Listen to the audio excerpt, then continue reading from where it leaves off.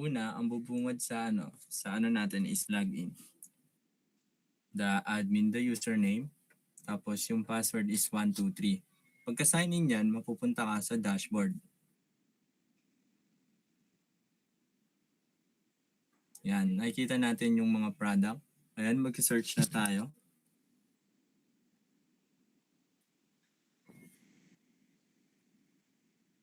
So, walang not item found. Kaya try natin yung ASUS. At yun, meron. Kitang-kita nyo naman. Try na naman natin sa categories. Una, desktop, laptop, networking, and peripherals. I-all categories muna natin. I-view na natin yung product at as makikita natin yung item name, category, quantity on hand, unit cost, total violation, and status. Return natin to dashboard. Sunod naman is i-edit natin. I-edit natin siya. Yung item name, papalitan natin ng ASUS, desktop, and then update record.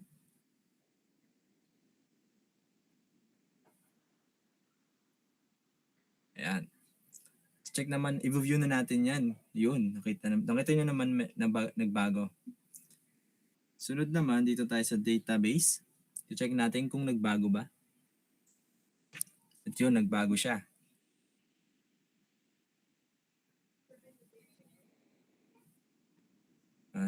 Sunod naman, mag-a-add tayo ng product.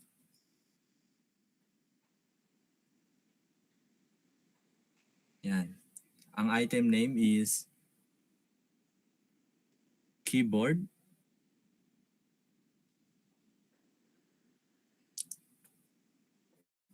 Yola, peripherals, yan, 111. Tapos yung unit cost naman natin is 1,000, 11,000, 1,100.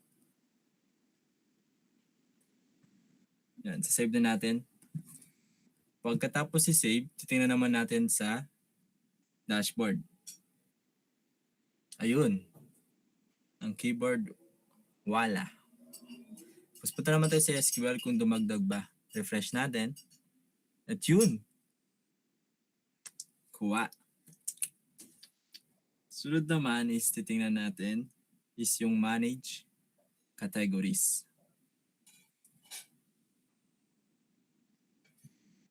Ayan. Dito, mag-a-add tayo ng mga categories. Pwedeng i-delete yung mga dating categories. Ngayon, mag-a-add tayo.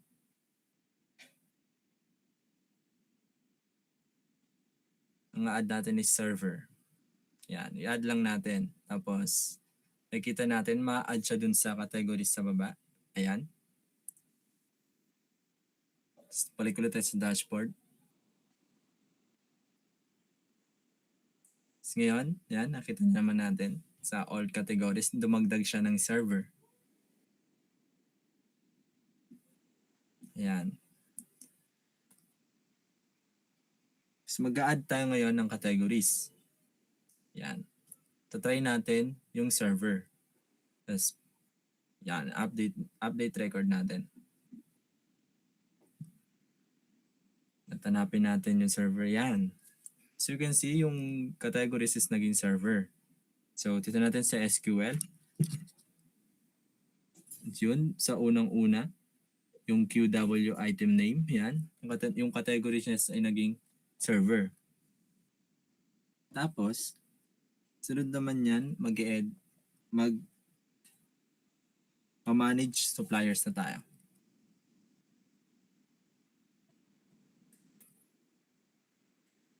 Then, mag-add tayo. Una, ang supplier name. Tatry natin is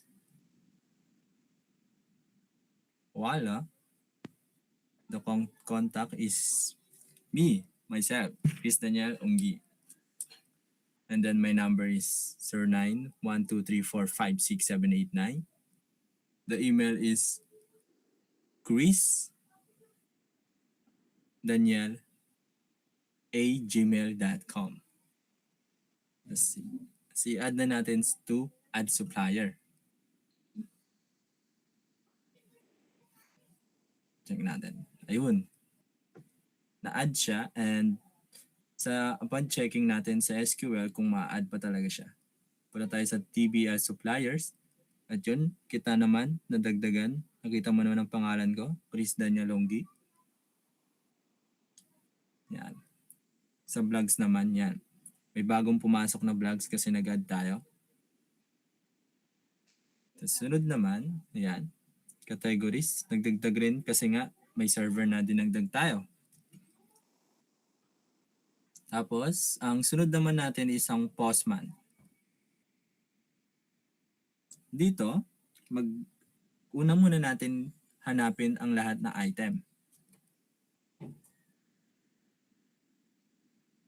Yung item na AST/14.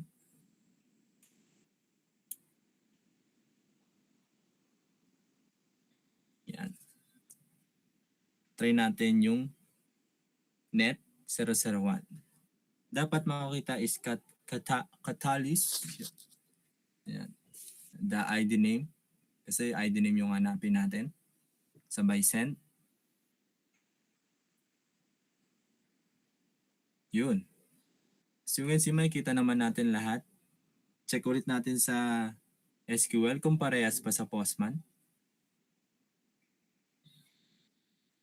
Yan. Parehas naman siya. Sunod naman is yung create. Ngayon magkikreate tayo ng panibagong product. Yan. The MacBook Pro 17 Max. The lap is 102. Yan, lap 1. Send natin. Yan. Sabi niya is success. The item created successfully. So, check natin sa sa dashboard. Tapos, baba natin. At yun, sa lap 1, the MacBook Pro 17 Max. Check naman natin yung MySQL kung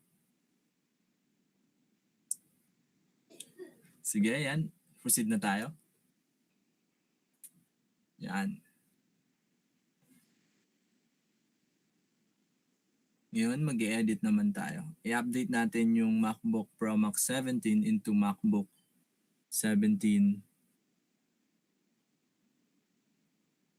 Mali pala. Ibahin natin yung quantity. Gawin nating 2. 12. Yan, 12. Sisend natin. Yan. Yun, success. Item updated successfully. So, makita natin. Refresh muna natin yung dashboard. Yun. Check natin. The lap 1. Yun. The quantity is napalitan na into 12. Tapos, sunod naman is magdi-delete tayo ng product. Gamit yung Postman na delete. Yan. I-delete natin yung kinreate natin kanina na lap 1. Yan. Isa-send na natin. Yan. Ang sabi is success. Item deleted successfully. Check naman natin ngayon yan sa dashboard. Yan. Refresh natin. Yan. Check natin ulit. Yun. Nawala. Pero check muna natin. Double check natin by search bar. Search natin yung lap 1. Yan. Check natin. Yun. Wala. Wala sa dashboard. So, success yun pag-delete natin sa product na yun. Check din natin yung SQL. Kung nandun pa ba. Yan. Refresh natin. Yan. Wala. wala siya. So, good na good.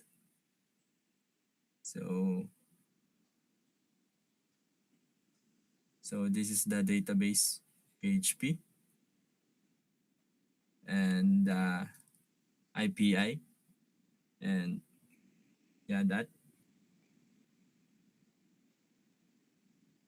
Baba natin. As you can see, yung get is yun yung create. Tapos yung pause, view. Tapos yung put is update. And then yung case delete, yung delete sa IPI. Ayan. Dito naman sa create inventory form, ito yung pag kinlik mo yung add product. Ayan. The CSS and then the HTML. So you can see, yan, nakakonect din siya into DBL inventory. Ito naman yung create inventory.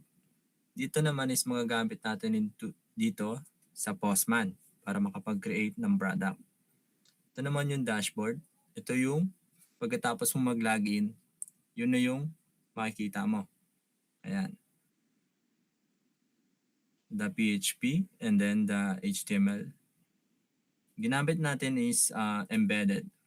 Pinagsama natin yung mga languages. Yan, CSS. The HTML. Yan.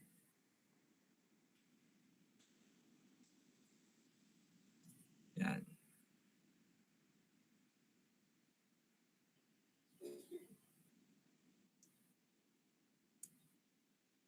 Yan. Ang sunod naman is the delete inventory form. Yan. Mag-link siya sa DBL inventory pag gusto mong mag-delete ng product. Ito naman yung delete inventory rec. Yan. And then the insert inventory process. Yan. Nag-link din siya to our DB, the inventory DB.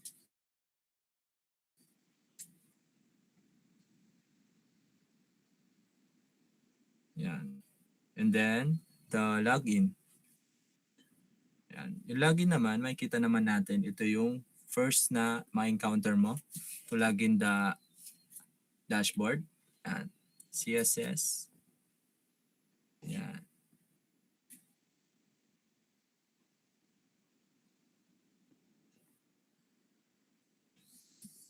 Tapos, sunod naman is yung logout. Sa logout, yan, agad siyang mag-e-end. Mag-e-exit siya. Yan, the manage categories, PHP. Yan yung mga code niya. Yan, nag-link din siya into the login PHP. Yan. The CSS. And the link din siya into the dashboard PHP, create inventory. Yan. Then the manage suppliers. Same as manage categories, the PHP, the HTML, the CSS, and then the link. Yan.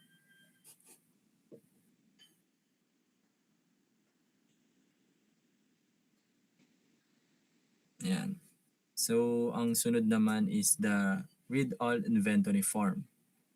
Please makikita natin yung lahat ng product.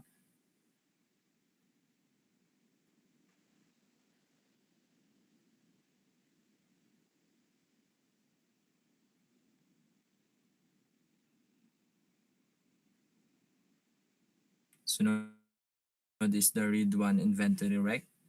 Ayan, mag-link naman siya sa login. And then mag-link siya sa TBL inventory.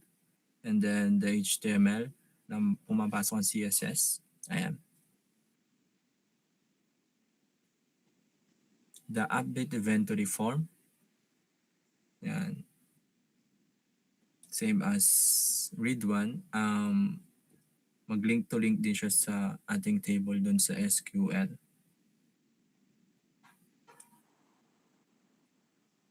Yan.